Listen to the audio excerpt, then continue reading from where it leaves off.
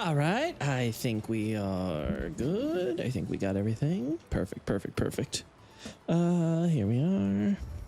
There we go.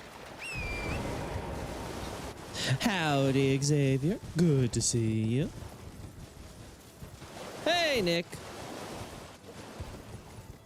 Haven't you listened to this song enough times for one lifetime as is? Hey, Nick. Listen, I felt like, you know, I've been able to play the remake lately. I need at least a little bit of my dose of Trails, especially after SC got announced. Second chapter, I'm so excited. And we got to like September, so we have time. We have all the time. How we all doing, everybody? Yeah, sorry I was not able to stream at all this weekend. It was quite the exhausting time, but I am back.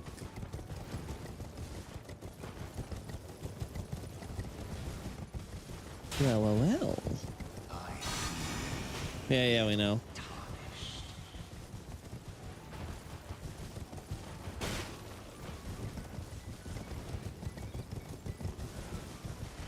We got that. Whew. It's just insane to think about just how much of this game there is. Like, so many details. Oh, we go.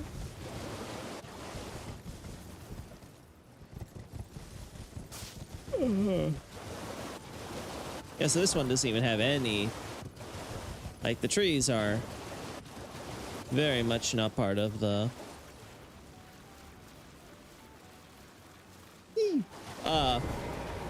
They're not really touching anything here. Now, with all of that... Go, sorry, I saw something. Nope. Guess I'm just crazy. I'm just a little nuts, chat. Just a little nuts. Lol.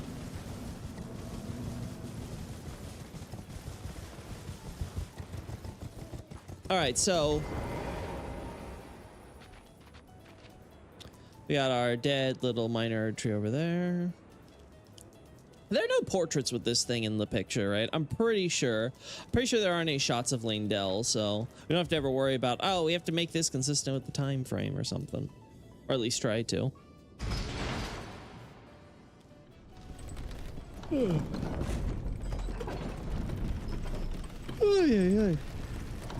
Can already feel the exhaustion hitting. Yeah, getting back into the swing of things is going to be and with Christmas right around the corner, it's going to be a process for sure.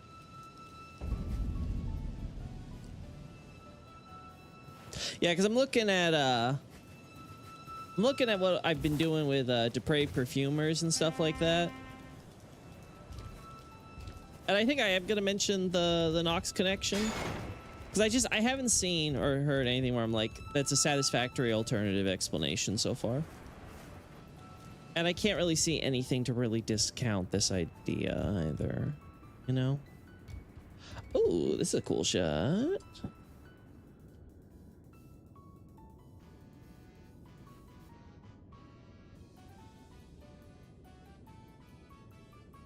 There we are. Boop. There we go. Been working through SE in my free time. I gotta say, the way the world comes alive and becomes a character in and of itself is truly commendable on Falcom's end. Yeah, again, it's you know, Falcom's world building is truly inspiring.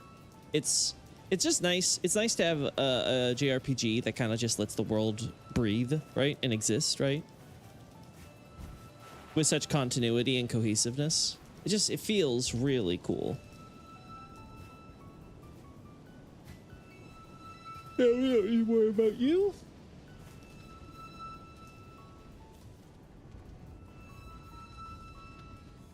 I didn't even realize the door designs here. I just didn't want to worry about that later. They got, yeah, that fancy Erdtree design here. Very nice. God,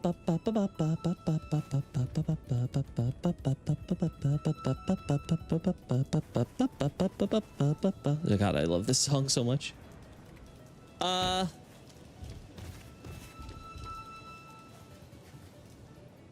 Yeah, so, and then of course you got this. Can't really see it from here, but the classic. Oh, did not mean to do that. I only got 4 of these left. I gotta stop throwing them. We might need to farm this stream. Might become a farming stream, unfortunately. I do like how they incorporated that chandelier into the dome, you know, a little mixture of the old and the new. I think it looks cool.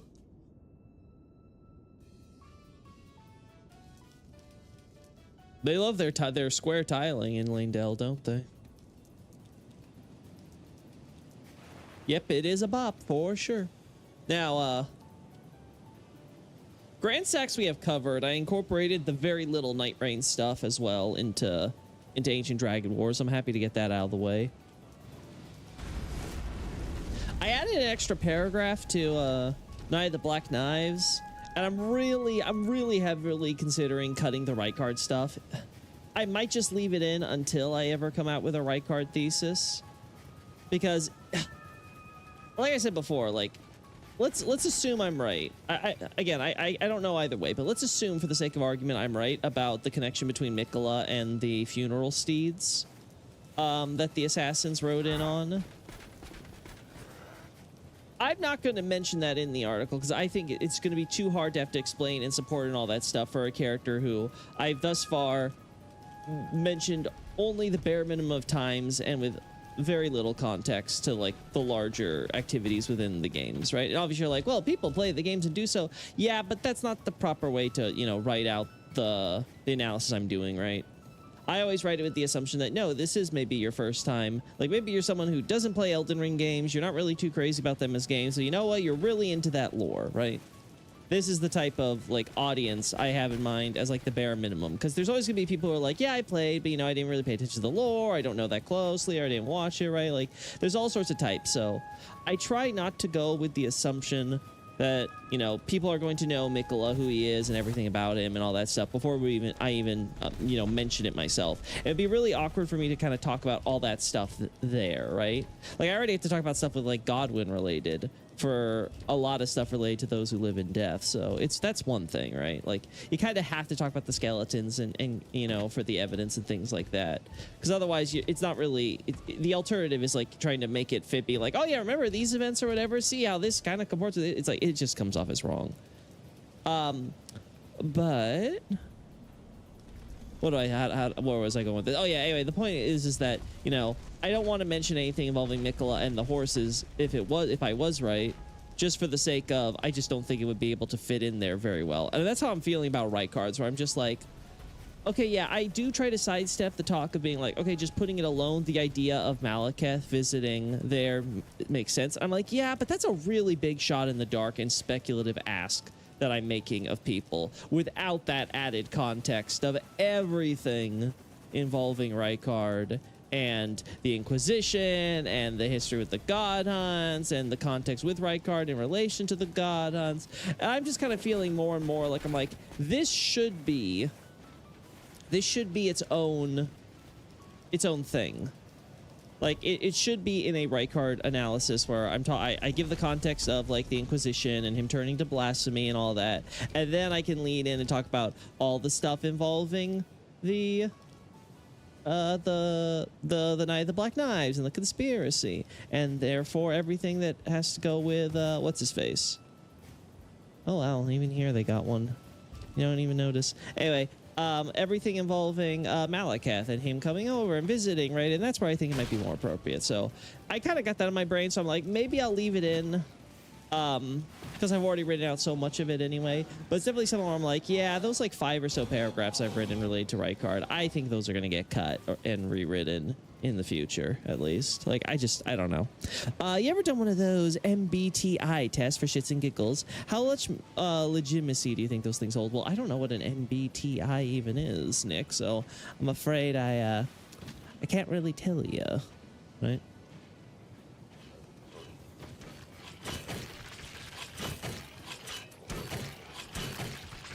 Yeah, nothing new there. This is 100% natural. I'm curious, does it have what the front has where it has the... No, it's purely just sand here, or ash. I don't know which one it's supposed to be. I think it's just sand. I think it's I don't think it's gray enough. But over here, they definitely just were like, just slap a floor texture. No one's going to see below it.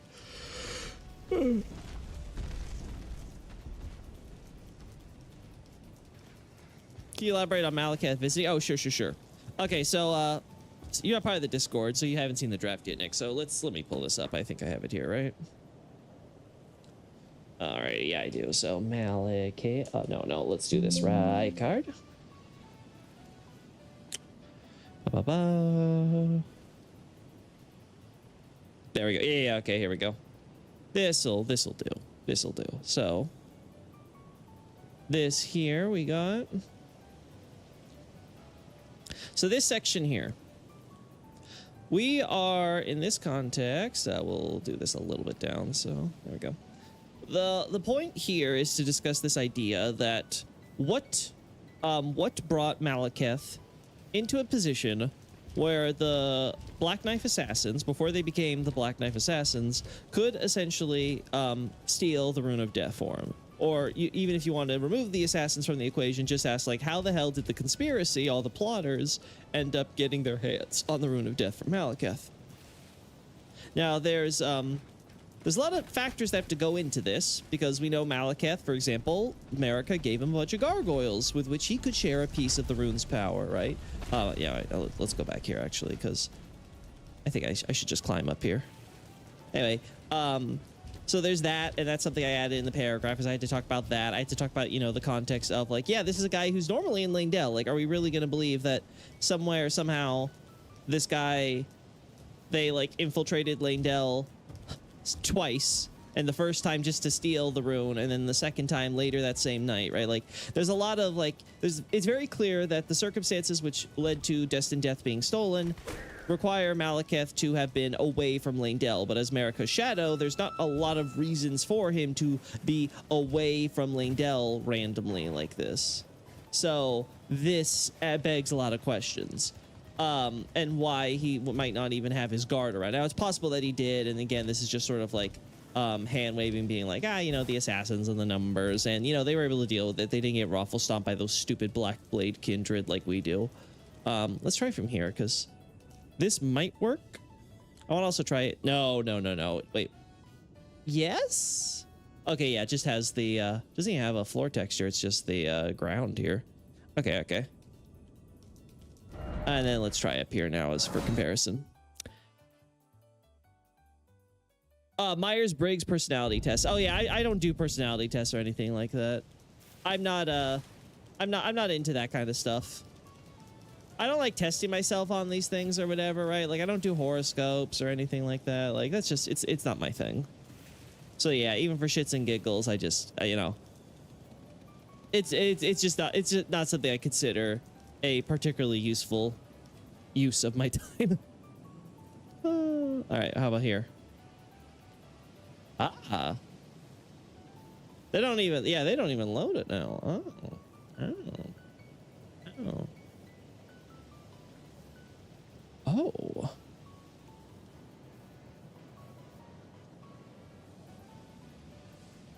Oh, that's interesting.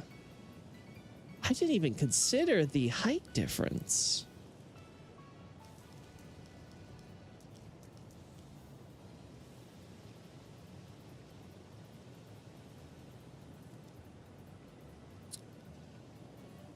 Lol. one of those Elden Ring mistakes. I mean, this in general is like a little sloppy of them, Like, they're really relying on you not being able to tell from this angle. Because they keep it all low poly. Once the high poly kicks in.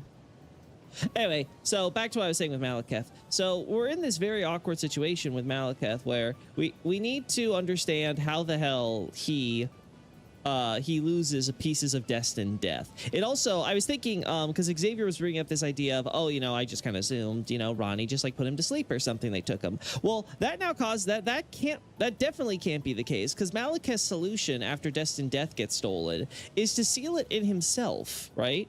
So, like, it's very clear that the idea is that Malekith doesn't think that the problem is him or his body. The problem was him exposing destined death to anyone at all. That was his mistake, as it were. So if that is true, then that begs a lot of questions. Then again, what scenario could possibly explain how all of this played out? And again, as I have detailed in my analysis, I think the best argument would be that Malekith was simply jumped by them all. Now, how do we get Malekith in a position to get jumped by them all? I think the best excuse would be Rykard. Rykard is the only one who doesn't have a obvious role in the conspiracy, despite the fact he is clearly being rewarded for his role in the conspiracy. So if this is the case, well, what did he do to get his reward? And I think it was probably that he helped them secure destined death, so he gets to have a piece of it. And how did he help secure destined death? Well, when Malekith comes visiting by, then he just has to tell the assassins about it in advance, and they can basically handle it from there. Now, why would he be telling the assassins about, like, why would he know where Malekith is in advance to do so? Because I believe the most likely scenario is that Malekith was regularly visiting Volcano Manor and Mount Gelmir for the purposes of essentially checking in on Rykard, because as we may recall from my recent God Hunts thesis, you know, letting demigods do their own thing on Mount Gelmir has happened before. And it didn't end too nicely for America when that happened. So it would make sense that the person who solved that little dilemma for her that time, Malekith,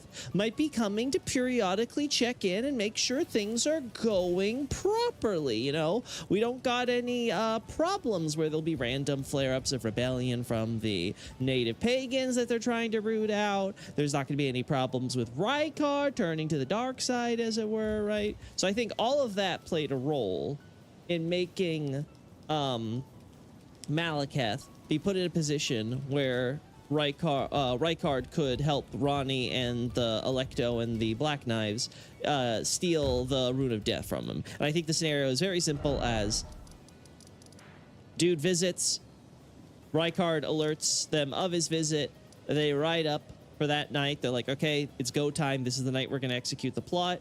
Malekith is leaving, right? He's leaving over there.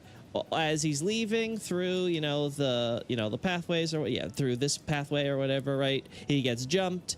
As he gets jumped, he basically gets distracted and or restrained. They somehow or other manage to damage his sword. You know, I don't know, like, did they bring a heavy hammer to it? Did they have a special tool? Like, whatever, right? Like, it's easy to imagine some way, somehow, they're going to be able to try to, restrain him or otherwise put him in a position where his sword is going to get broken into pieces, right? And then all the assassins have to do is, while he's trying to basically throw off all the people trying to restrain him, they could just steal away those pieces, run off, all of them retreat and leave before they can get, destined death murdified. And then afterwards, what's Malekith got to do? Well, he's going to obviously report the authorities, get some help in order to track these assassins down, because, invisible, possibly leaving him on horseback, going off into their own directions, like all these factors, like, he's only one beast man. So he's going to go to the local forces, which would, of course, be Rykard, right? Because it's going to look like he just got attacked by some strange highwaymen. Then it's going to go up the chain to Rykard. Rykard's going to obviously take charge. And what is Rykard going to do? He's going to clearly say, well, Malekith, we need to detain you here so that way you can answer our questions about who these people are, so we can maybe get some clues and try to find them and, investigate. Because for all we know, they're somewhere here hiding out on Mount Gelmir. So I'm going to try to scour the area, like all these things in order to make sure that Malekith stays where he is. Because, well, if he's so far away from Lane-Del, right, he's not gonna be able to instantly go back then, because why are you gonna bother America with all this thing about, you losing pieces of destined death and suffer that humiliation, when you could just, try to see if you can quickly solve the issue right now, and then you can make your full report after the fact when you've gotten the pieces back, right? Like that would be a reasonable determination for these characters to make, right? Obviously, Rykard is a snake, and he's not actually involved, you know, trying to help out, right? But this is the way that he can help Ronnie, by trying to keep Malekith tied down so he doesn't report this early on and potentially put everyone on high alert about, you know, the fact that, you know, there's pieces of destined death floating around. Also explains why the Night of the Black Knives has to happen that night. You need to execute the plot before Malekith can go around and basically give everybody the heads up that there is a plot.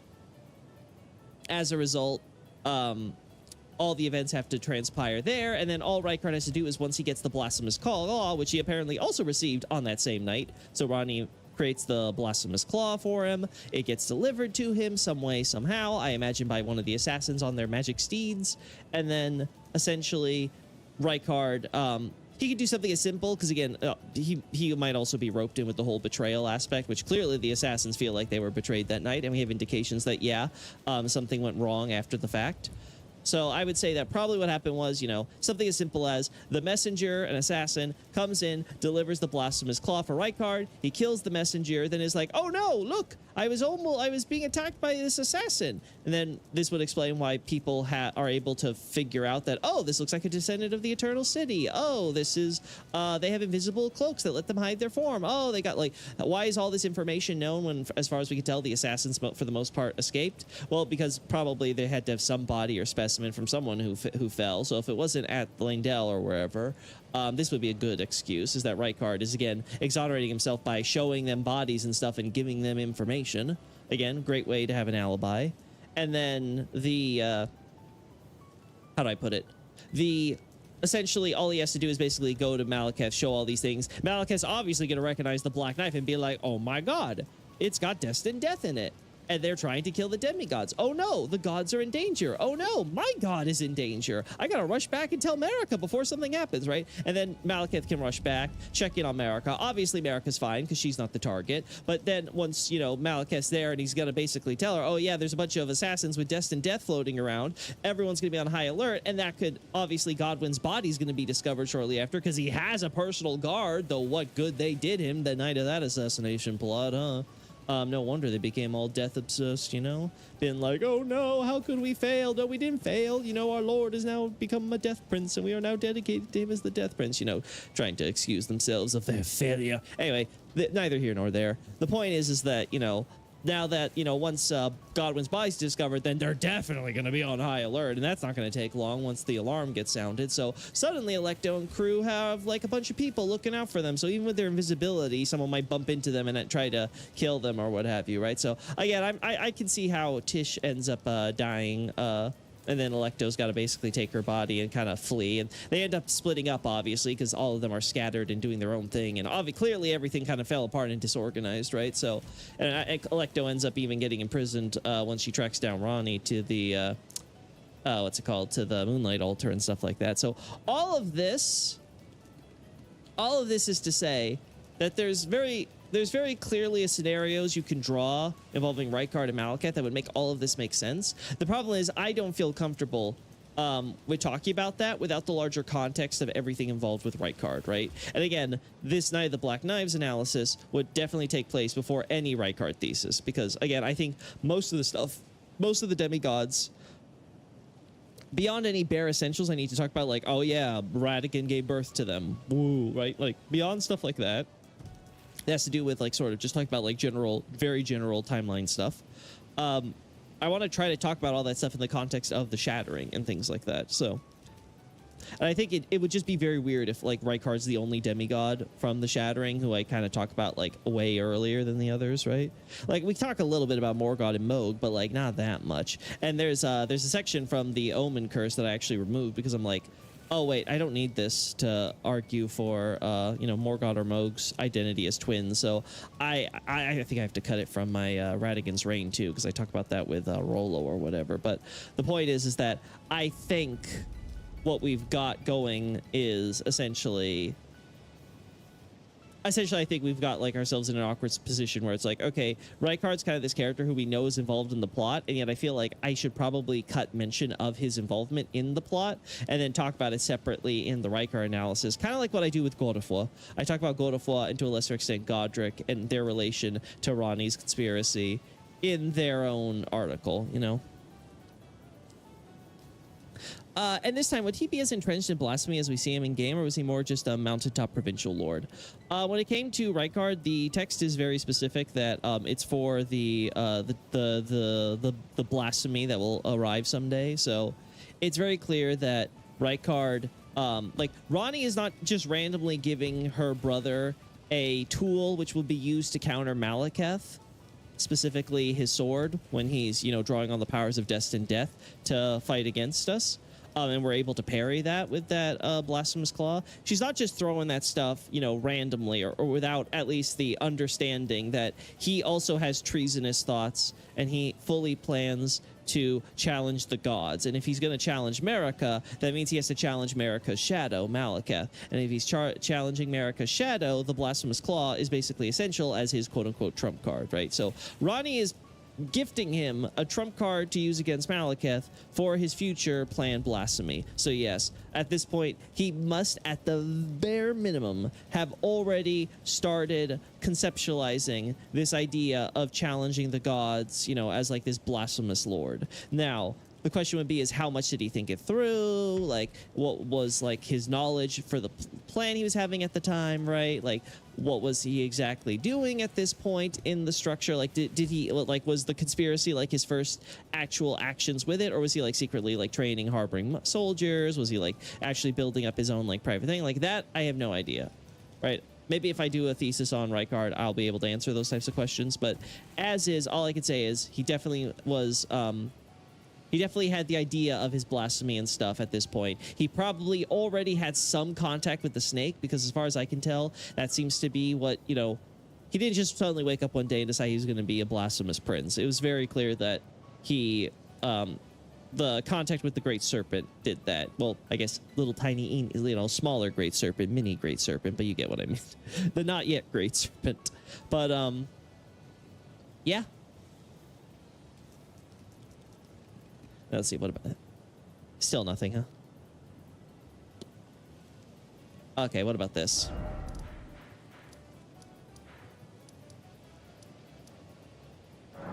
Let's try this. Yeah, this is the problem, I think, with doing some of the From Software stuff with timeline and things, is that there's always this very awkward position you're gonna end up in,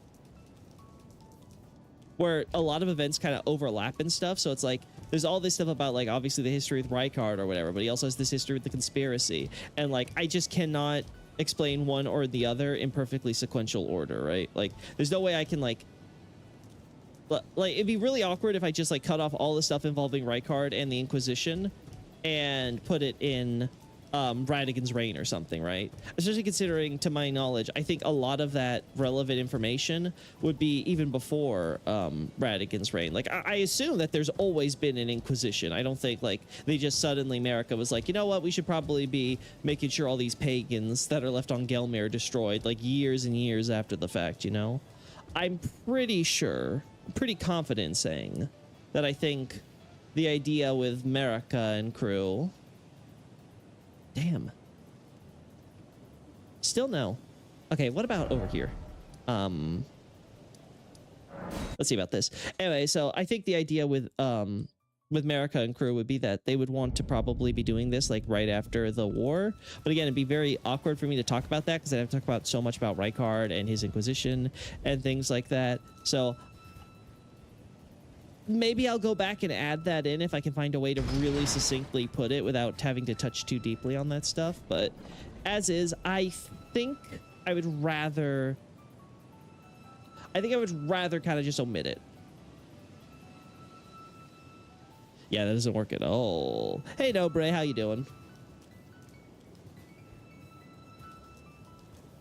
Much appreciated. Everything seems to be in the distant past, and that always muddies things.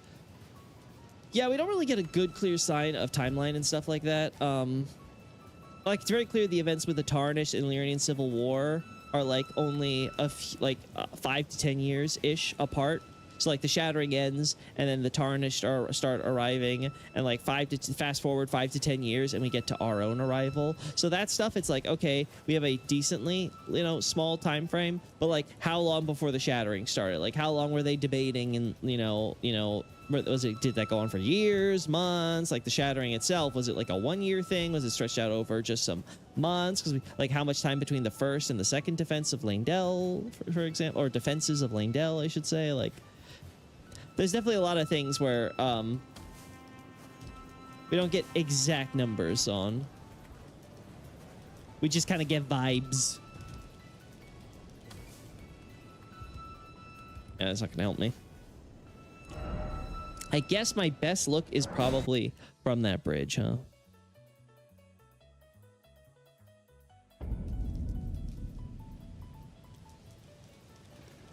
What if I like hug this gate? Does that do anything? I'm gonna assume no, but you never know. Speaking of hugging gates and stuff, like bushes.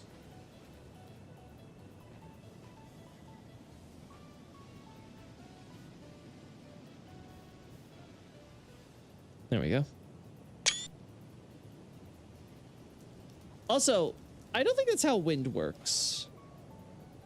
Like, correct me if I'm wrong, but I'm pretty sure if the wind is flowing from this direction to this direction, then we should have all the banners flowing in that direction, not half of the banners flowing this way and half the banners flowing the opposite way. You know?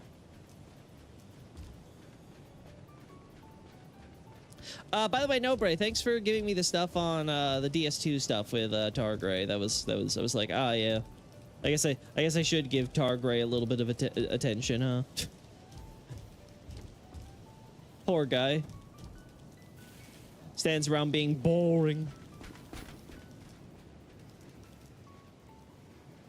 Yeah, I just realized there's a lot of bushes and trees here that probably shouldn't be.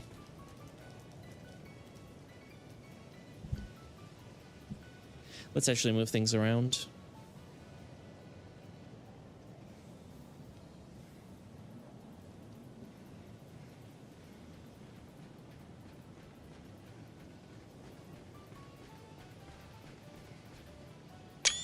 There we go. Ah, our favorite guys.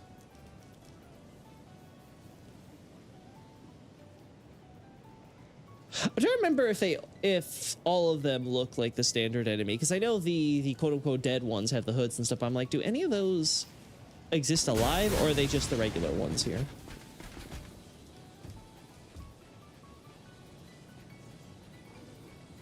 There we go. Oh yeah, what about the typo stuff in the typo channel? You were talking about this yeah, the stuff with the Chaos Sorcerer. I was talking about that in the context of like just, you know, how it's read as like Chaos Hood and stuff, but it's not talking about the same kind of chaos, which is why I render it as Sorcerer in Chaos to kind of get the meaning across better, right? But yeah, I'll think about that one more.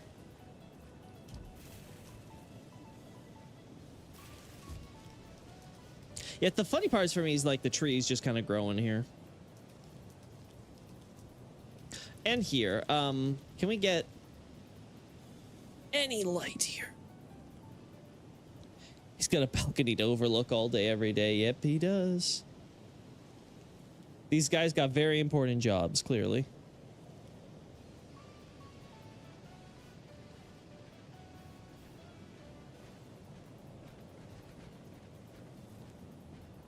All right, these are door. Okay. I was like, I don't recognize that design.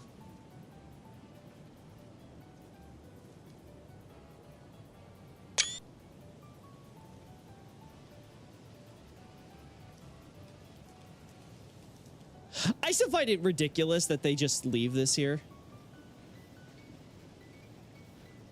Like, I'll be honest. If I was Miyazaki, I would have at least removed this. I think the entire idea that this is just kind of left here this entire time is just kind of silly.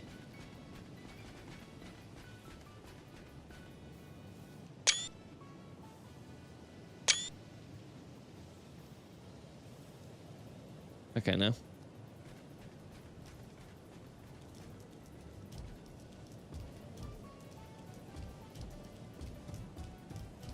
No, but yeah, with DS2 stuff wrapping up this year, you guys giving me any like last minute stuff they feel like you'd wanna, you think would make valuable inclusions or stuff that needs to get corrected? I appreciate it from all of you. How's Christmas been going for y'all? It's been a Christmassy season for sure for me.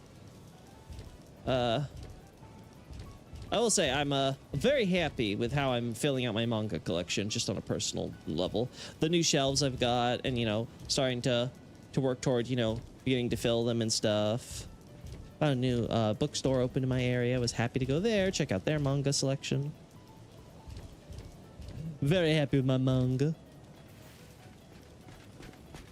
New series I didn't even realize was getting brought over to the States. I was like, oh, you're actually getting done. Well, I'm gonna have to get you. It's a shame, you know? We're living in a boom. Just there's so much good quality content coming out of Japan lately. It's crazy.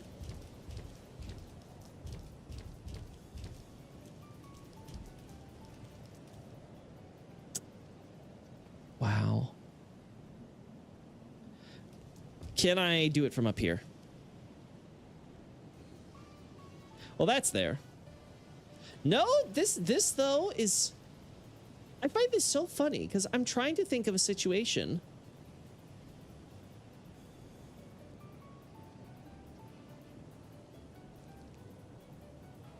I guess it must be from some angle up there that you can see the tree, because it's weird to me.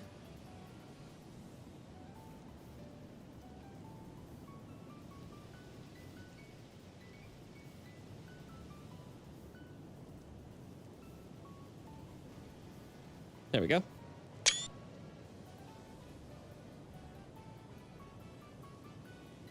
There we go. Ah, no. There we go. Oh my god, these stupid leaves. Stop getting in the way of my shot.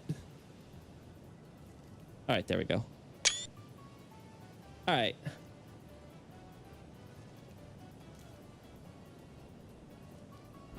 Let's go back up here now. Just so I can... If not, I'm gonna have to just accept that there's gonna be a little bit of the... Hey, I'm showing you this. It's a little behind the scenes. It looks scuffed. Sorry. Managed to get a bunch of new games on Steam and new 3DS alongside from my new GPU. Awesome, no, Bray. Yeah, I hear GPUs especially, and well, no, not GPUs. RAM. RAM's been apparently shooting up in price because like they're stopped producing it or something like that, or there's been shortages or what have you. So I was like, I don't have to worry about that. I got all my RAM in advance. I'm never gonna need some anymore. What was it, like 120 gigs or something I have of RAM? I'm like, I have more RAM than I don't think I'll ever need, so I'm satisfied.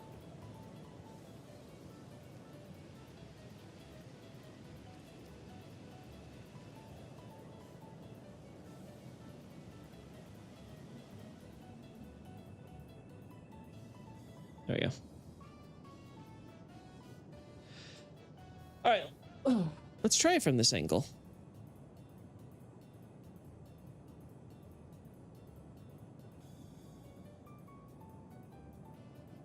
Ah, damn. That fog is thick. I mean, that fog is thick.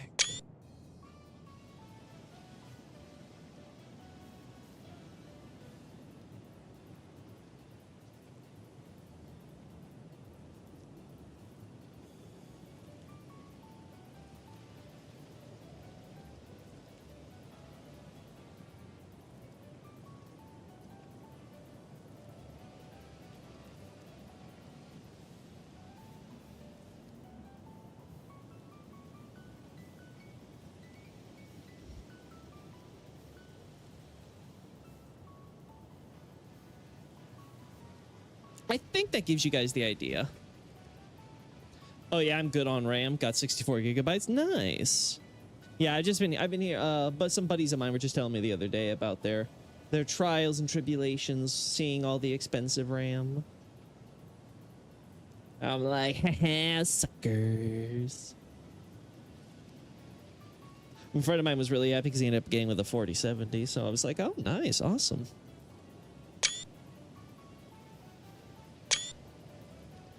Uh-huh.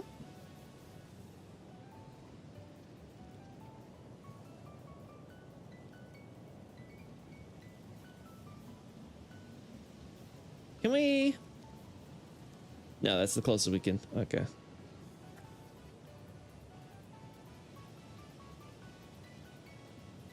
And this is very shads for me. Very shads.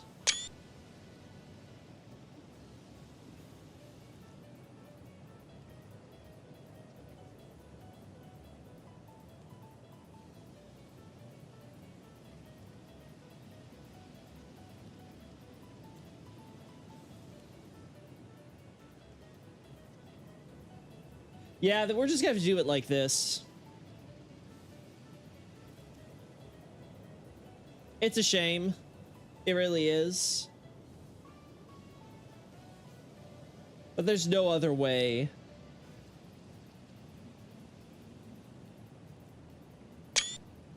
There's no other way to do this.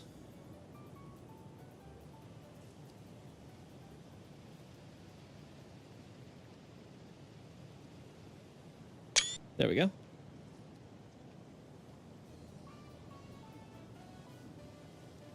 There we go. Now this I find very fascinating because it was already interesting with the idea that you had these not really aligned gates or what have you. But they're at different elevations, which adds a lot more. And you have this tail here. It's already funny because the tail clips and all that stuff, like, obviously, but...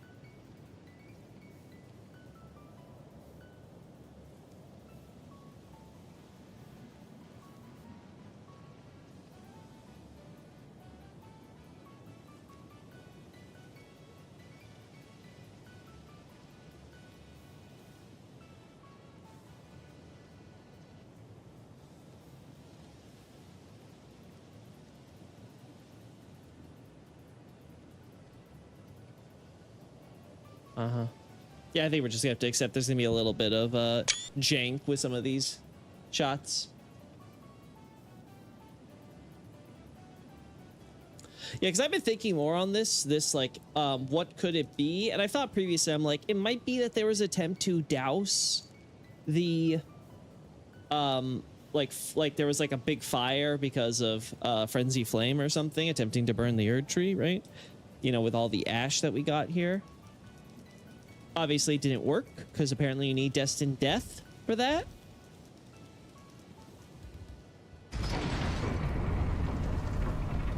But, you know, that's neither here nor there.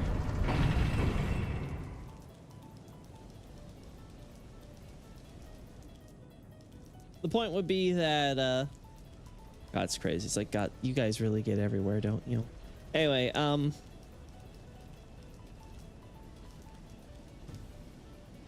I was trying to think about like how exactly, you know, we could try to tie that together with like what we know about Morgoth and everything. And I really do think it was probably something as simple as, you know, there was the whole second defensive lane Dell, then the Tarnished arrived, they're kind of doing their thing or whatever, but then they start causing problems, causing damage and, you know, destruction because of the whole flames and all that stuff and trying to burn the tree and everything like that.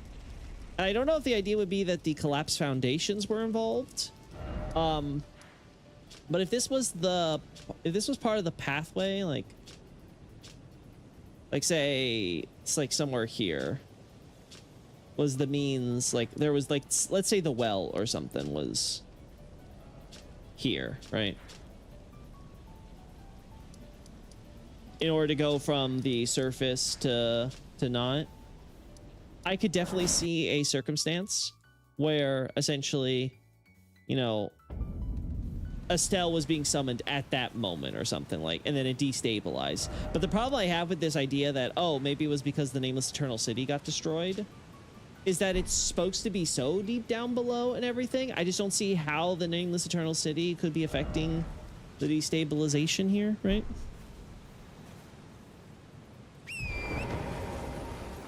So it's one of those things where I'm like, maybe not. It could be that the events were taking place around the same time, though. I'm not going to deny that.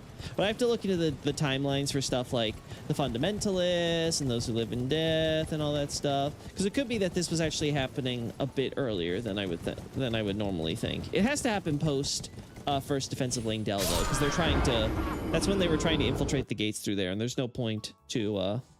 Unless the idea is supposed to be that Morgoth literally sacrificed the entire front half of the city before they even got through the gates, but that seems a little odd to me.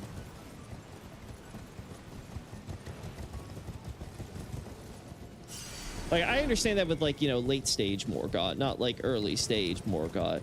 You know, early stage Morgoth, I'd be like, no, he's trying to, you know, protect and try to do so, but it's when we get to, like, you know, his increased paranoia and stuff that we see him start going to all these extreme actions because of all the continued and constant betrayals. So I feel like I don't think he would be trying to essentially sacrifice everybody to be like, I will save the city by destroying half the city, you know?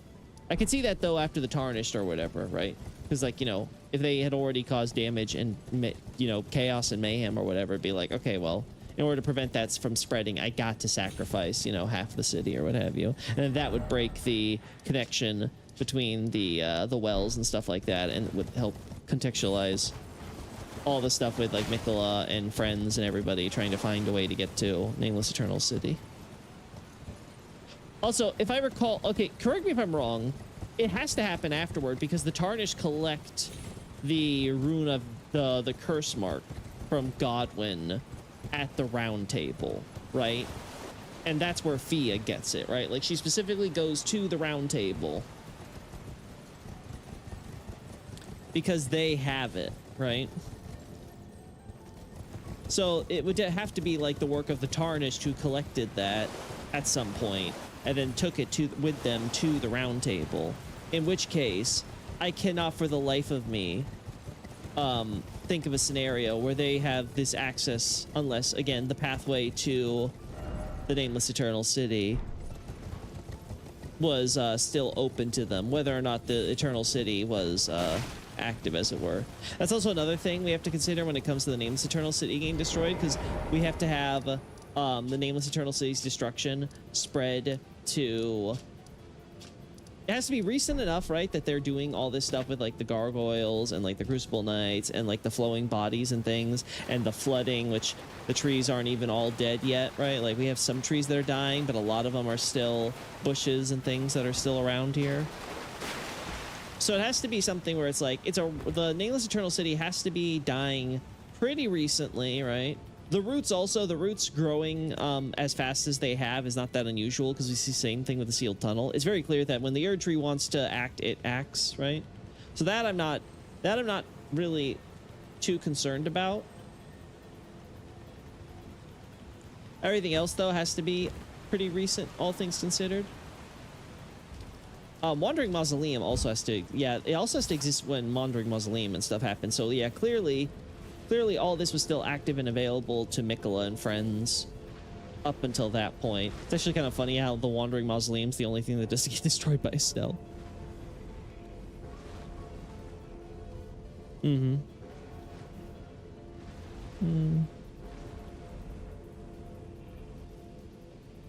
Let's see.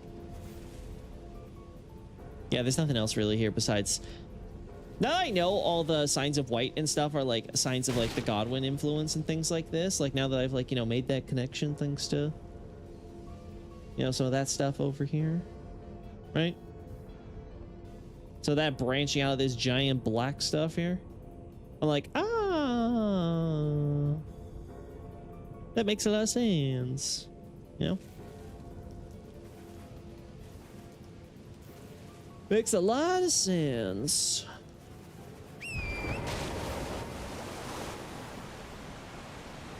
And I also love how you still see like some of the branches that are still like not totally dead. Still got the brown on them.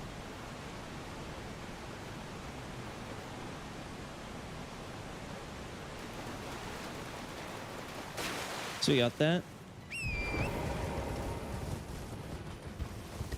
Move it there.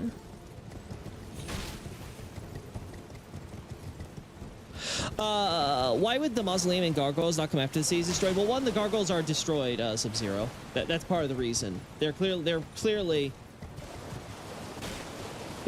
part of the destruction by Estelle. So the gargoyles were definitely here before Estelle ran rampant and destroyed everything. And the mausoleums are created before the shattering even starts, right? Obviously, you have the assassination of the demigod that happens down here. So you already have a demigod down here doing his thing, right? When he gets assassinated by them at the city, right? Then you got Mikola, who comes in sometime between the events of course, the assassinations and the start of the shattering, because he's doing this is the period where he's doing all this stuff, looking into destined death and trying to figure out how to solve that or whatever, right? That's when, you know, he's building these mausoleums and then having that technology spread from Weeping Peninsula all across to wherever else they are, right? Including here. So it's still active up until then, right? You have Crucible Knights like Siluria and the ones that we find downstream that are there and get swept up and end up going downstream. We see the two ones that end up down there in the aqueduct and everything. Obviously, Syria is pretty happy being in her little tree. Right? Across the room. Yeah, okay. So yeah, you don't really get... And then you combine that with the corpses and stuff and the corpse flows and then the actual state of the trees and stuff, which we know trees die in deep water and stuff, so it only seems to be stuff that is most recent that ends up not being immediately dead, even though we're already starting to see signs of the trees and stuff dying. So all of this kind of tells us collectively, oh, okay, this stuff is relatively recent. I don't know how many years, months, etc. recent, but it has to be a good enough period away that Celia isn't a ghost town quite yet, because Nokron has to see the body flow and be like, oh, they got destroyed. Oh, it's because of this stupid eternal darkness thing. Okay, well, we're forbidding that, and then Celia has to like pick that up and then end up jailing a guy for it, right? We don't really do stuff like leaving presents below trees or even setting up trees all as well. Some do that stuff though. Oh, really? You guys don't do the trees, the Christmas trees there, no, Bray? Aw. But hey, if you got barbecues and parties and stuff, that's cool.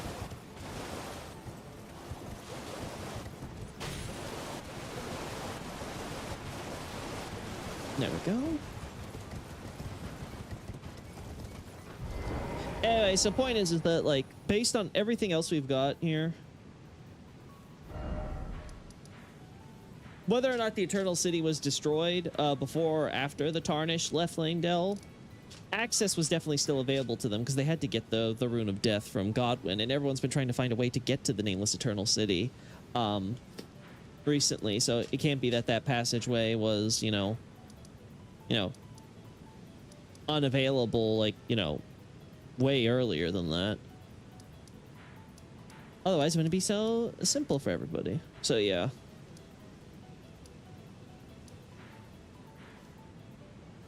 I have to think now about with, because after Night of the Black Knives, it would be Death Prince. So I'm probably going to order it like, it's going to be Night of the, it would be, well, I'm going to call it probably Black Knives Conspiracy. Though Night of the Black Knives might be there just because if it's shorter. I haven't decided, but let's just call it Black Knives Conspiracy for now. So I would have that be the one topic. Then I would do the Death Prince and talk about all the stuff involving those who live in death and Godwin and stuff like that. I might cut out a few things, like I might cut out stuff related to Soul because it might be more appropriate to include that in Mikola thesis.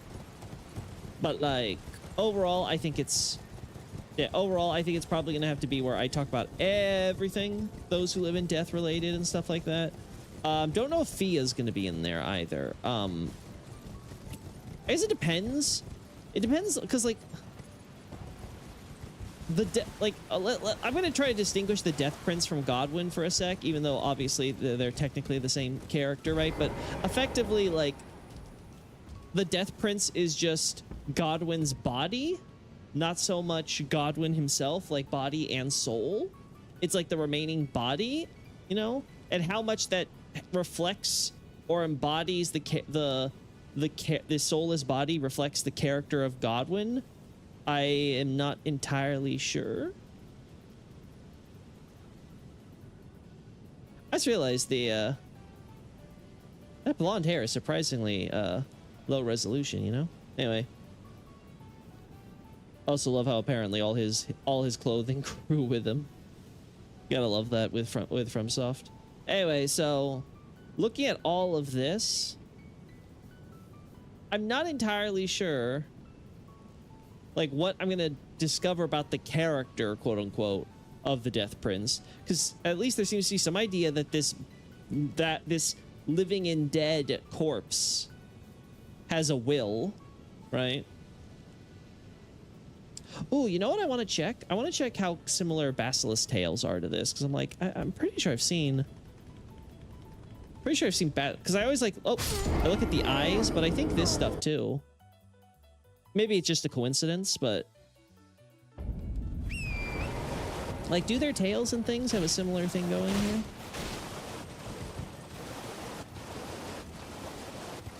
It's gotta be around here, right?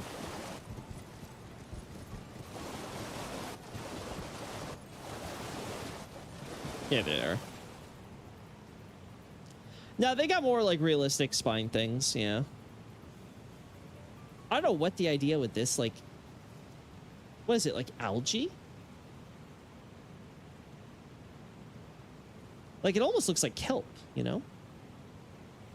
Or seaweed, maybe?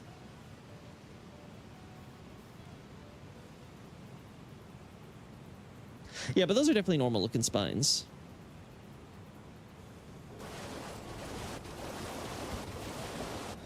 Yeah, that would be the question, Nick, is like, how much is Godwin, how much like sentience can we really attribute to Godwin, or is the Death Prince more of an instinct or a singular simplified will than anything of a body? Like, again, how do you even define that with a body without a soul, right? Again, lots of cosmological questions inherent to that. The thing is that like Godwin reacts when you try to harm Fia, and complete with like magic and stuff. So like, it's clearly something with some degree of sapience exists in that living and dead body thing. I don't know how complex though. How complex we can attribute any will to it. Well, I can't say that, Nick, because then, well, why defend Fia when she is, you know, an agent that is to the point of advancing everything involving those who live in death. In fact, trying to incorporate them into the Golden Order, right? Like, that is a, that's quite a departure if the idea is that the soulless body of Godwin, the Death Prince, hates what it has become, you know. So I'd have to like go through like everything involving Godwin, what's happening and everything, and try to figure out where to draw the line between what the Death Prince, quote unquote, wants and is doing versus what people around it are doing independent of it. Like, how much can we consider the Death Prince, you know, a character compared to a force of nature or unnature, I guess. It's probably just a new life, a new person entirely. That would be the assumption, because this seems to be the idea with all the soulless, those who live in dead, right? Like, the whole entire idea of those who live in death are that they are soulless, but they are brought back in the bodies. This is what makes me curious about Ensha, because if Ensha is one of those who live in death, right, as a soulless king, I'm very curious what Ensha's intentions are working for Gideon. Like, what makes Ensha so enthusiastic, or especially when it came to what was it, the Halig Tree talisman or something like that? Like, is Ensha just one of those who live in death who think Mikola might be the answer to like their, you know, existence outside the order? Or is it like something more like, you know, Ensha has bigger plans? Does Ensha have the memories of of the original Ensha's existence before becoming one of those who live in death, right? Like, does this skeleton in armor think that like it wants to rebuild its kingdom, right? Like, there's a lot of questions I kind of have about the sapience of those who live in death and what they want, because we only fight them as, like, what's the word? Not really monsters, but we only ever fight them as hostiles, right? We're never really given a chance to kind of, beyond like seeing how they pose and act towards things when they're not in combat, it's really hard to kind of get an idea of, like, what society they're forming, right? And Night Rain kinda builds upon that with the whole Assassin's Guild, but again, that's not really giving us too much, because, well, we always see skeletons and, like, those who live in death in Night Rain. Obviously, it's something more like akin to a zombie, which again I would say is theoretically possible, but the games don't really explore it that much. So, same thing with Dark Souls. You don't see a lot of necromancy being done to corpse bodies versus just skelly boys. So.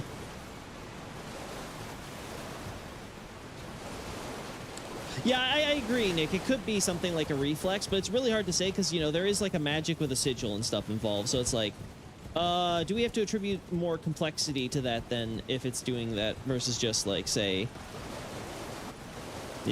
something that is thoughtlessly reacting to specific stimuli within its vicinity, Anyway, so thinking about all that stuff has definitely, it's definitely something I'm gonna have to think about in the future, because, like, those are the types of topics I'm approaching there. That's for forward in time, though. I mean, looking backward in time, we still got, like, ancient Civ, ancient dynasties. Astrologers need to at some point get that astrologer stuff done. It's always the thing that's losing the polls, though. Like, it's just one of those things. Granted, I think it did its best it's ever done now, because it was, like, almost neck and neck with some of the other stuff, right? So that was cool. I was actually, I'm not too surprised that, like, the Shattering, specifically focused around Morgott, is not more popular, because I think most people feel they have a good enough grasps about the Shattering and the stuff that Morgott did. And I don't think there's a lot, even, like, any details or stuff that I would add that I think people would be too interested in compared to the other things, right? Like, I get why Night of the Black Knights, for example, gets more attention, right?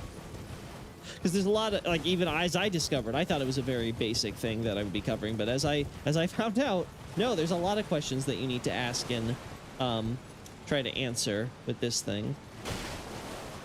It is most certainly not that simple. Hence my right card dilemma. Unfortunate that it is.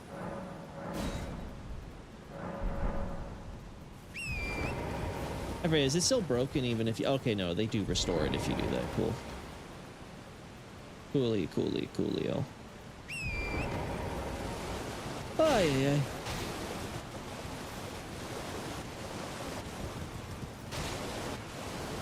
Yeah, I don't think there's too much left with Deep Root Depths. Yeah, the other thing would be is I could find something. I thought maybe the Lane Dell moats would have been, but not really.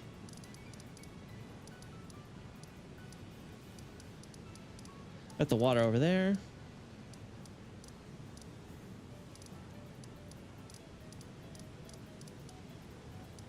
Yeah, all that we've already seen all that. Like, there's other bodies of water that I think. Like, I'm pretty sure most of the stuff here is burned down because of what's his face, Agiel. So. Yeah. As you can say, some of this might just because of the flooding of the water, right? Like these trees here. Oh my god, that scared me for a sec. Completely forgot. Woo! Oh. Yeah, like over here, there's no burnt trees. Because this is like, it's very clear the idea is like, everything that got burnt, or most of what got burned, was in Agiel's territory. Like, we have some trees that are just kind of there. Maybe they were trying to grow or died, end up, right? Though again, I will never not find it funny when they have like trees that apparently were be growing within this vicinity of buildings, but just you be you from software. Obviously some trees that even got burned up above, as we can see. It's like this, his territory. A lot of not just dead trees, but burnt trees. And as we approach out east, that's when it starts becoming just dead trees. Yeah, but not a lot of trees nearby that could potentially have been alive at some point. Mhm.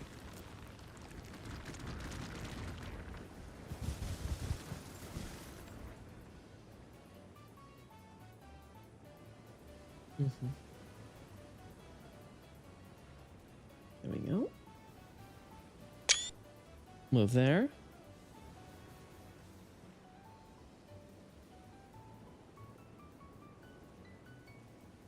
I do find it funny how they have some of these not actually in the water here, you know? I guess water lines have the water has receded a bit, funnily enough.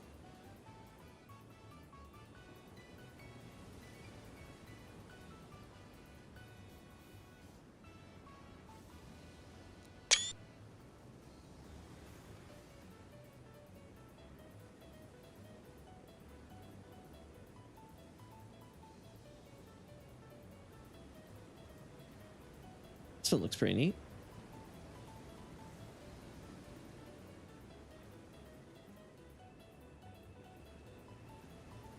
There we go.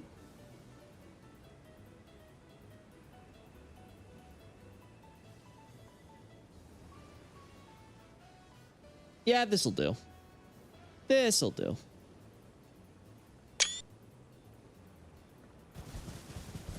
Let's see. Speaking of Godwin, I was also happy to add a little bit more to Ancient Dragon War on his background or stuff. Yeah, I'm feeling like, again, I'm still like, I feel like I'm barely hitting journeyman level, right? Like, I don't think I'm at neophyte level anymore with Elden Ring lore, but I'm definitely far from being an expert.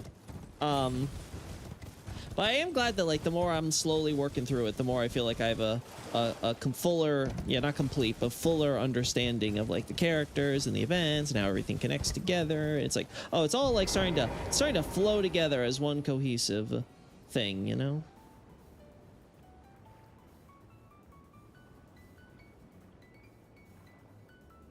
Yeah, let's do something like that. There we go. Don't have to worry about that in the background. All right.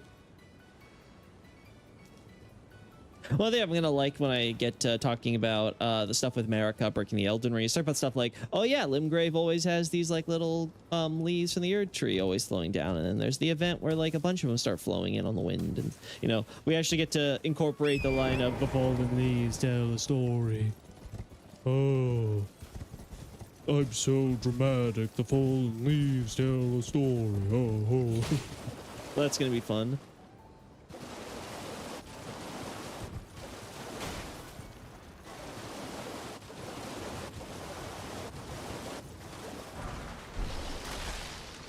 It's always funny to me how much fire grease you find in here versus game.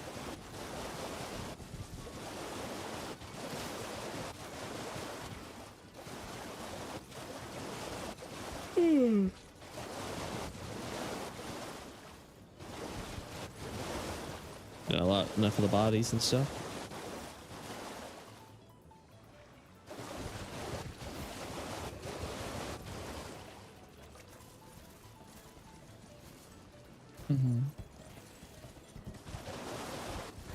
Yeah, these things don't count as those who live in death. So I'm wondering if I'm going to... Yeah, I guess I would also want to talk about these things, because I assume it has to therefore connect somehow to the whole Elden Ring breaking and things kind of being weird with life and all that stuff. Because they're not treated as those who live in death. Correct me if I'm wrong. I don't think any holy magic or anything is particularly effective against them.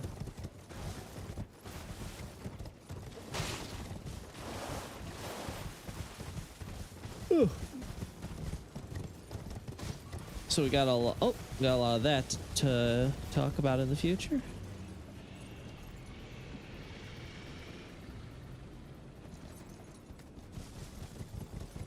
Yeah, and then you have just... Oh, fascinating. Start having bushes around here.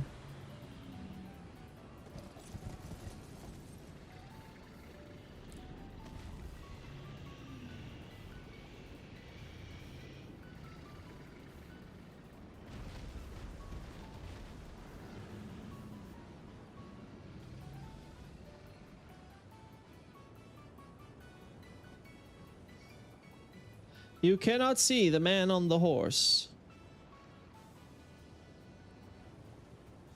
He does not exist. There we go. I just want some shots to get an idea of, like, you know, the stuff that's like no longer in the water versus was, the sort of inconsistencies there. Probably closer to hollows. Yeah, that's what I'd be thinking, is that it's probably like the flesh of hollows that's kind of like, you know, molding together and becoming this weird coagulous, like, unified will. If I had to guess, probably because of resentment or something like that, similar to Crawling Carrion in the original stuff. So it's probably something closer to that.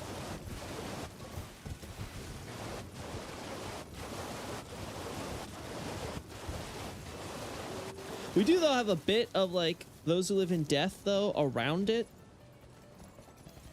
I'm really just chalk that up to kind of, like, convenience. Like, duh, there's a bunch of bodies here. Some death root might be leaking through, especially when you got the catacombs right over here, right? So, yeah, like, correct me if I'm wrong, aren't there... I think I'm crazy. Yeah, I think I'm crazy. Yeah, I guess not. I thought there might have been like signs of the death root here. Nah, okay.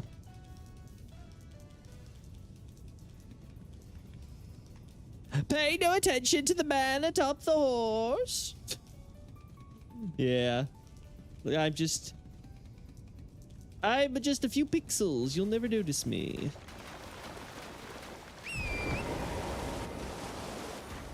Hello there.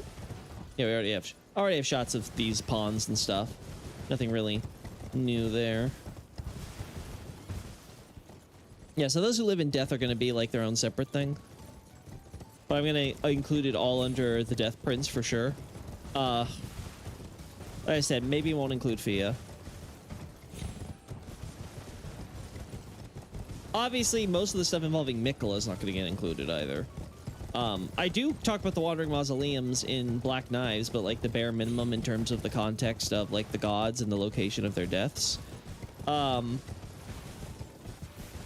yeah, I think we should be solid on like all that stuff. Otherwise, I think it would all just kind of like wrap up nicely there. Probably include the Crawling Carrion guys there as well.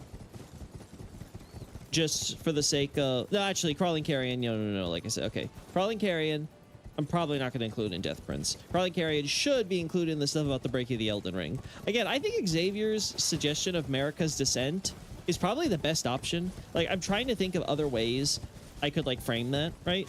Like... Let me get to the website for a sec. Let's... Because, like, I'm a stranger to coming up with, like, you know, fan terms, you know? For some stuff that doesn't get like defined in the game or anything, at least not well.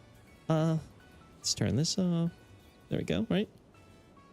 So like we've got stuff like the farm colonies, you know, Erdtree's Beginning's pretty basic. Altus Unification War, Crucible's End, right? Fringe Folk Rebellion, Liurnian Civil War, Radigan's Reign, you know, like certain terms where it's like, okay, these are not exactly...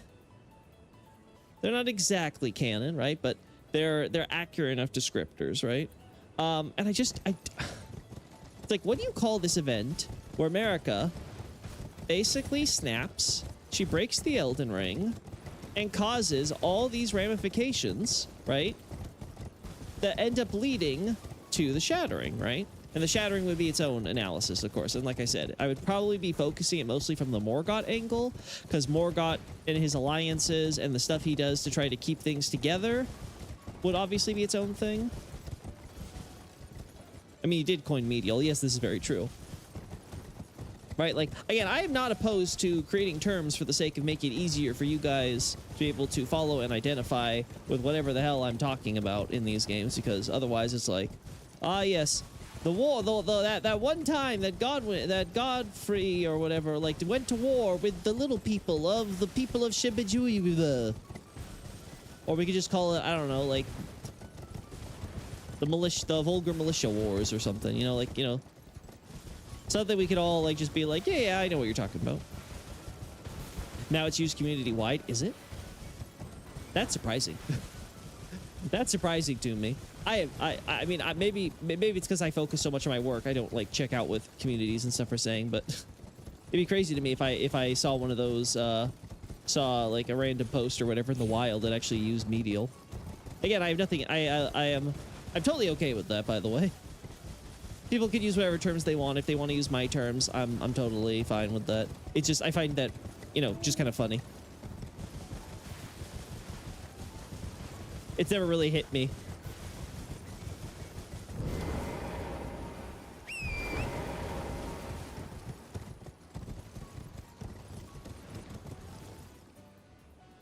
Yeah, okay, so we have it here, kind of here, too. Right? Like, the trees aren't exactly dying here yet. But it's also very obvious that this water stuff is also very recent. And you also got, like, the wolves and the bears happening here. Yeah, not even any sign of driftwood here. Like, not a single, like, bit of dead tree or anything here.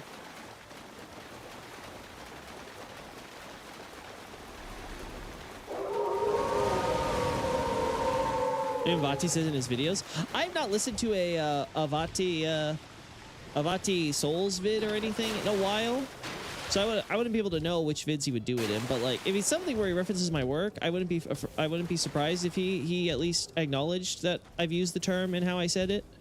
But like, if he used it like liberally in other videos I'm not familiar with, I'm like, oh, cool.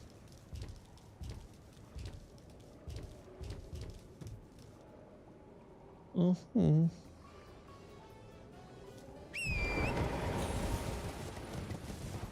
Yeah, like, look at all this. Like, the ocean gives us its driftwood.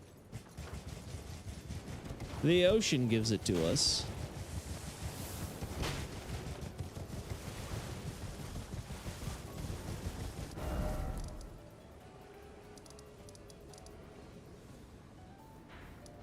I think I've said this before, but I do think I want to expand the stuff on the Tarnished Hunts.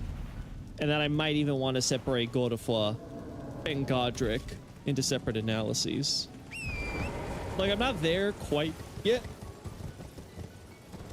but looking at like how big Godefroy and Godric have got it, I am considering it.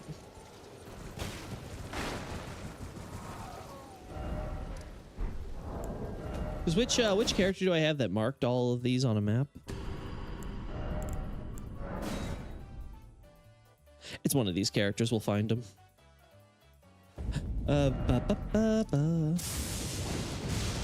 it's here. So you got there, you got one individual one there, you got a few over here, a few over here, like one over there. This is the interesting scene with the room bear and the dead bears or whatever. One over there. Otherwise, pretty much clear in the Mistwood area. I think it's one by itself over here as well, or maybe it's a group. Let's see. Drunkards give us sea glass. Okay, yeah, so it's a few. It's a little collection here. All right, a few more over here.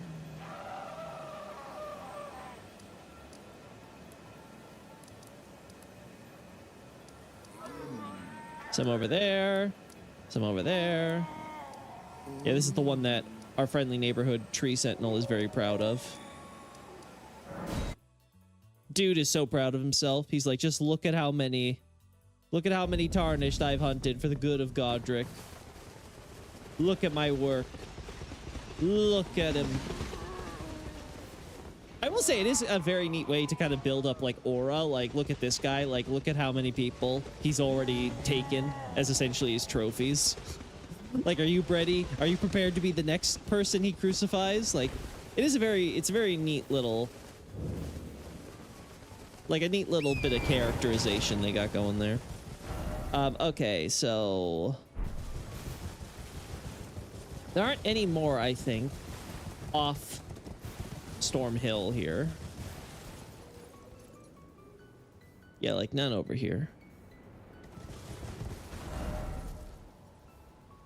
So you got them here, them here, them there. There's like one individual over there. think it's the same thing. Like there's a couple over there. Yeah, because this is where like a bunch of them are like kneeling down, I recall. Yeah, okay. So I do feel like looking at those locations, obviously the tree sentinel is something to notice.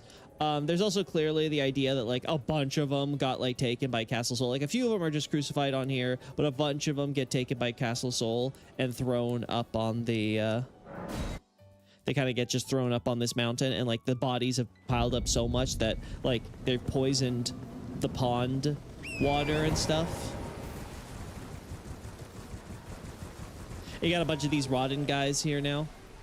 It's like a bunch of them who I guess eventually they rot away while they're up here.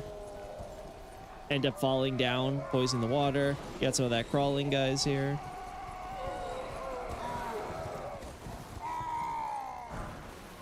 Golden rune.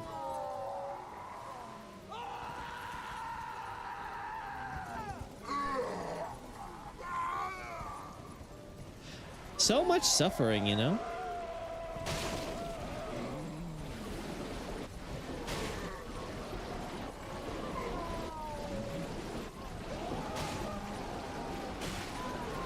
There you go.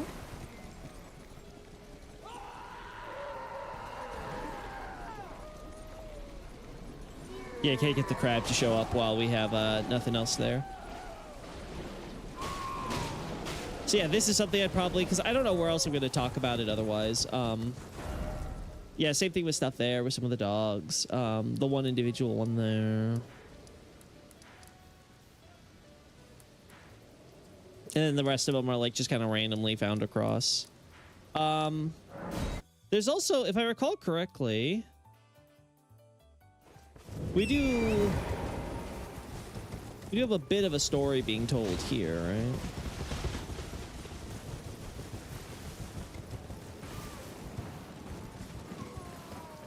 Yeah, with like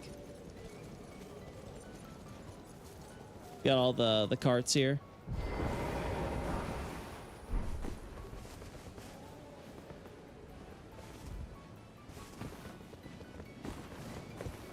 All the bodies being crucified and the carts down there.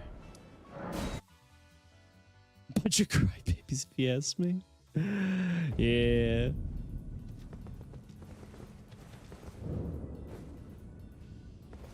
Yeah. You know what? It's time for us to get a shot of the hardest boss, chat. You know him. You love him. You hate him. The toughest boss in the game. Good old Soldier of Godric.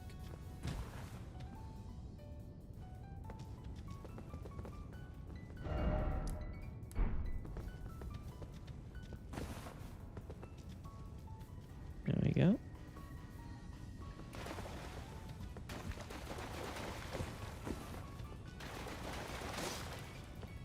Oh no. Yeah, nothing important. So many flat top graves.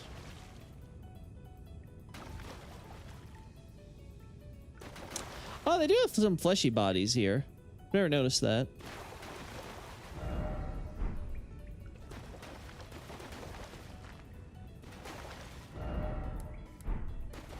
Oh, what do you know?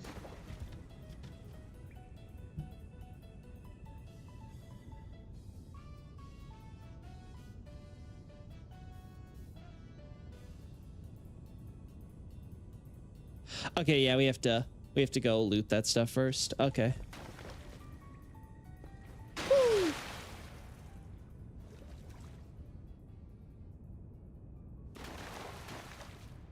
Yeah, a few bodies here too.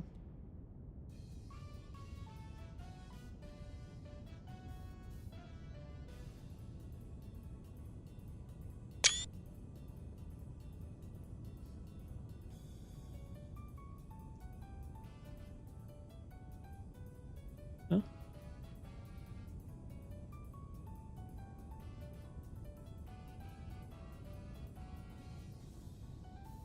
Okay, there we go. That should be good enough.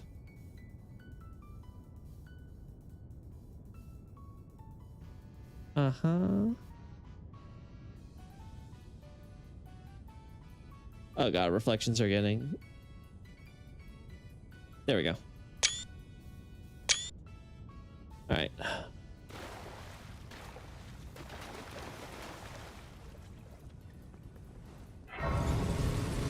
The godlike soldier Rick. Yep.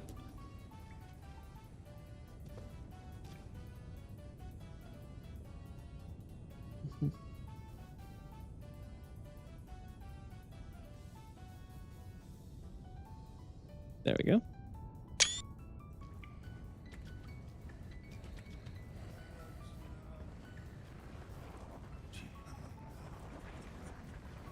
There we are.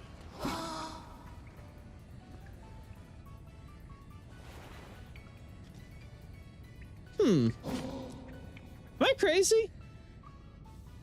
I don't think we usually see this type of texture here. Maybe I'm wrong.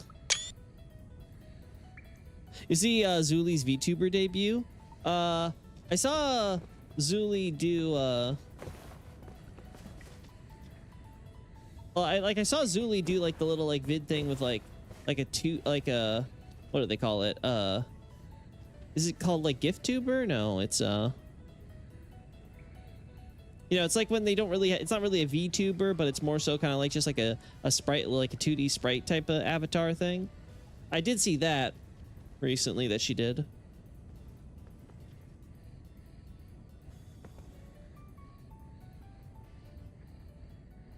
Uh-huh.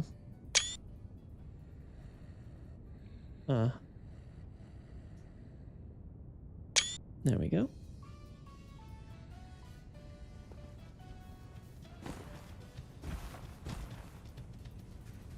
God, beautiful, you know? Gorgeous.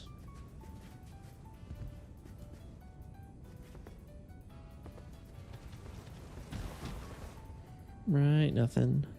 Nothing. Also, who the hell's lighting all these candles, you know? Like, who's like, ah, yes, we have these giant braziers. Let's just light some tiny ass candles.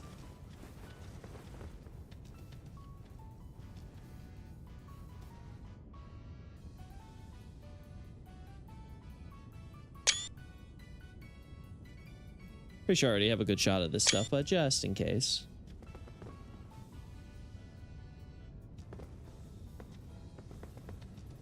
PNG tuber, there we go. Thank you for reminding me, Xavier. Like I'm like, it's not like GIF or GIF or however you want to pronounce it. But like it's a term.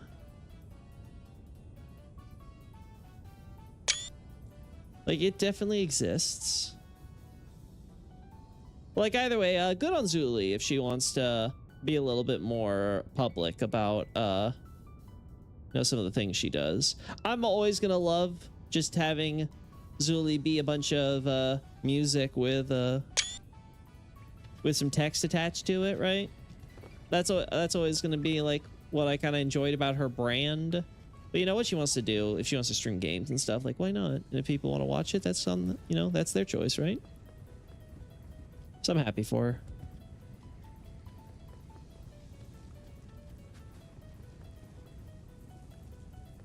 Yeah, that's another good example.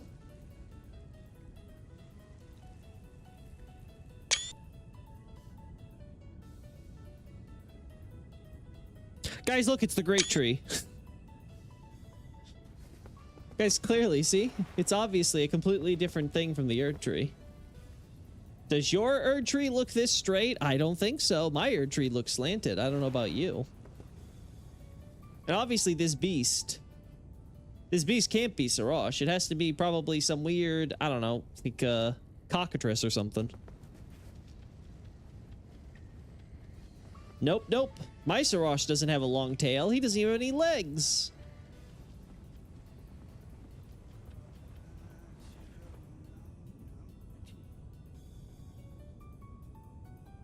I will say this is one of the most beautiful tutorial areas that I've ever, you know, gone through. Like, don't get me wrong, like the game in general looks very pretty, but like there's something about this tutorial area that really just hits me just right.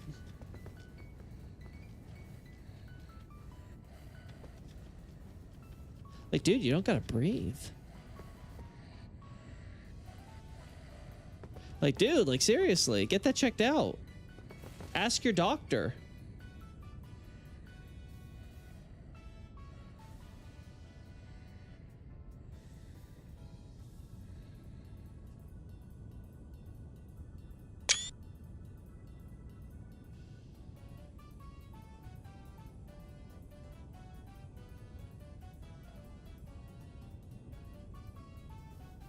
Mm-hmm.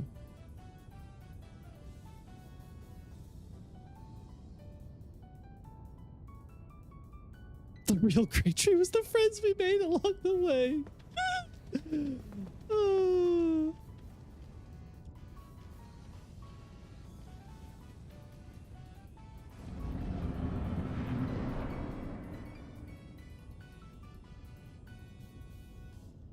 It literally is just a Godric soldier with the great sword, huh? Like, there's absolutely zero reason this should be a boss.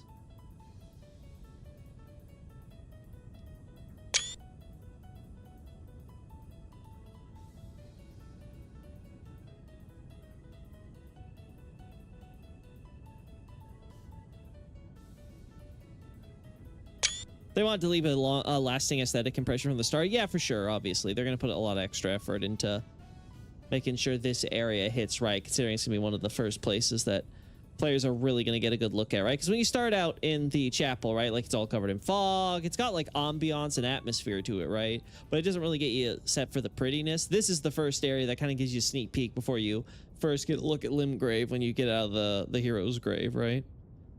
So I get it. They really want to make sure you start seeing some of those pretty colors right here.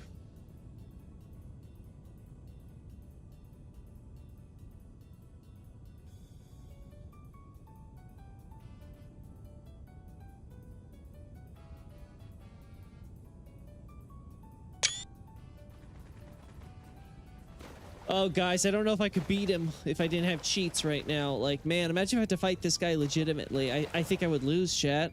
I don't think I could beat him. He's way too powerful. Why did they give this guy like so much HP and strength, man? Like, hacks, I swear. I'm calling hacks. It actually is kind of silly how ridiculously well this works.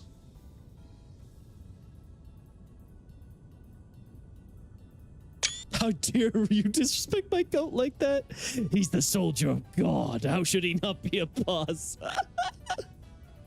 God's weakest soldier, more powerful than every demigod. Fear the god of Rick.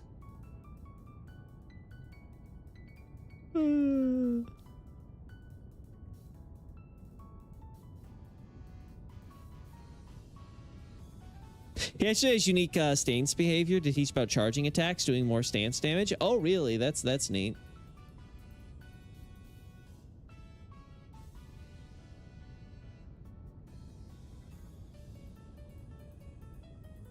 Yeah, this should be good. Again, I don't know if I want to re-edit the shots I've already taken, but I'll look at those and be like, you know, the bright lighting here would be better, you know. Our little orange and green little surcoat here. I think it looks good enough. Damn. Crazy, man. I can't believe it.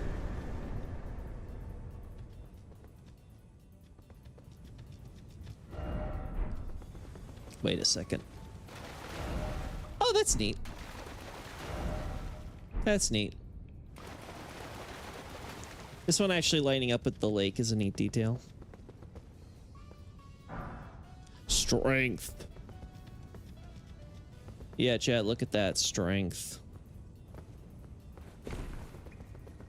Oh. Oh, right. The one for there is in the other place. I didn't even have to do this. Okay. I think this is the way to do it. Maybe misremembering.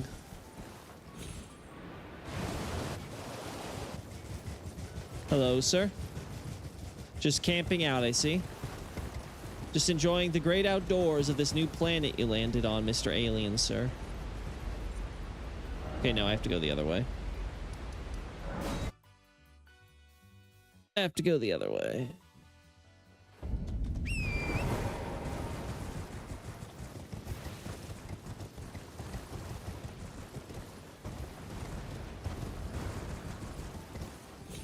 Oh. That killed me. Oh god, this game.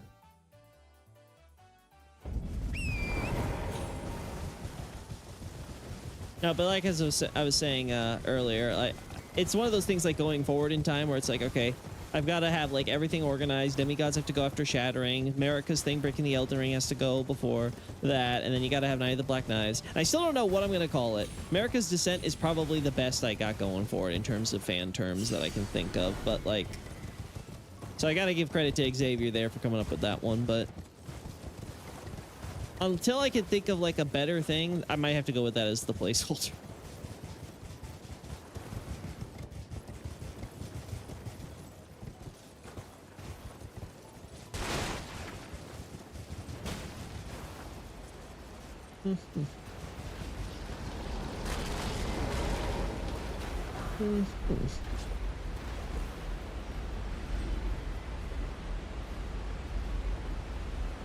Fascinating. Now, there is an entrance back here, right? Am I crazy? Maybe I am.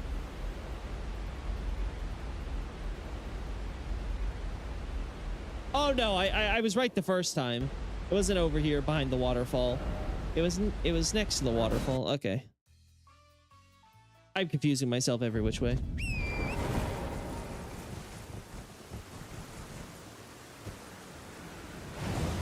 Still, I think whatever ends up going on with the name, I do think the entire thing with like, talk about the Elden Ring and stuff there, that's going to be fun. Another analysis though I need to consider at some point is maybe finally like pinning down my exact thoughts on Radigan. I have been remiss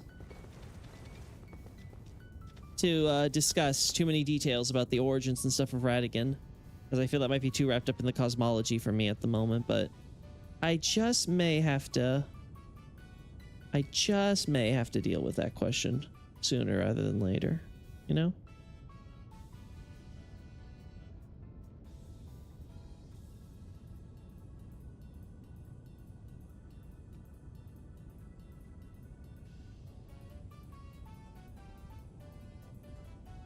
And just a little.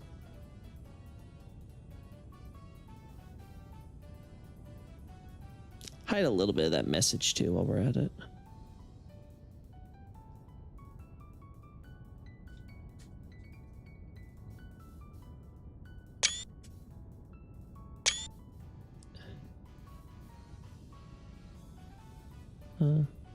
Yeah, okay. You don't need to worry about that.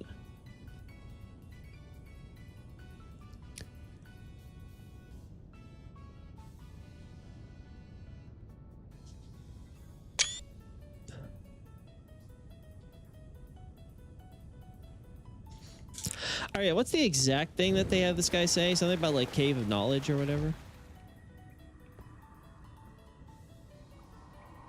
Oh yeah, okay. Doesn't even mention the cave's name. Okay. It's purely just like, hey, here's your tutorial.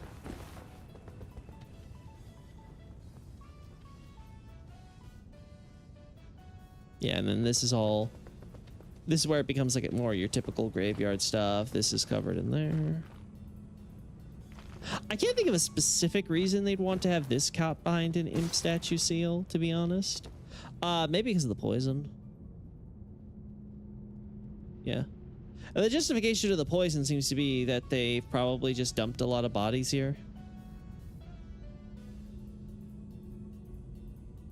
Yeah, that's probably the idea. Just been very casual about dumping bodies here. Threw it behind an imp statue seal when it became poisoned.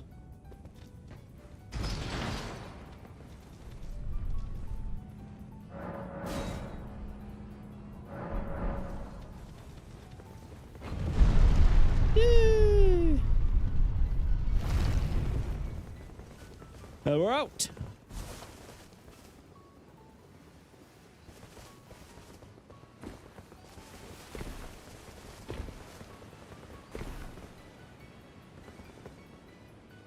Yeah, so I think that covers pretty much everything I'd want to do today. Got a good look at the different stuff with the trees, see if I could confirm anything unique there. Found a few new things I wanted to take shots of. I still know how to use the camera, so that's cool.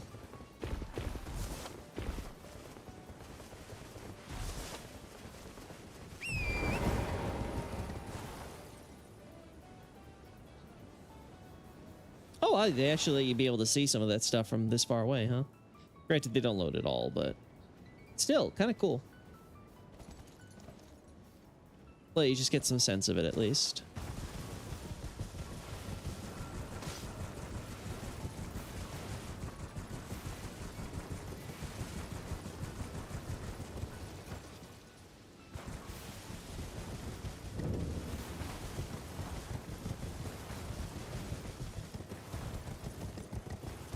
Okay.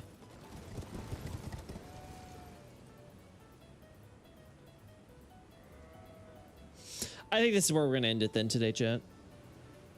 I can't think of anything new, really.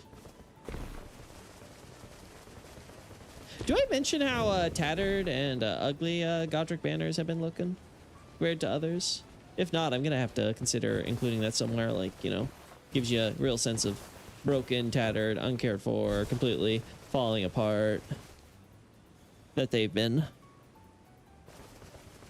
Oh well, that's a future Loki problem. Like I said, there's a lot of stuff with Godric or whatever I'd want to expand, so gonna have to put that on the docket at some point.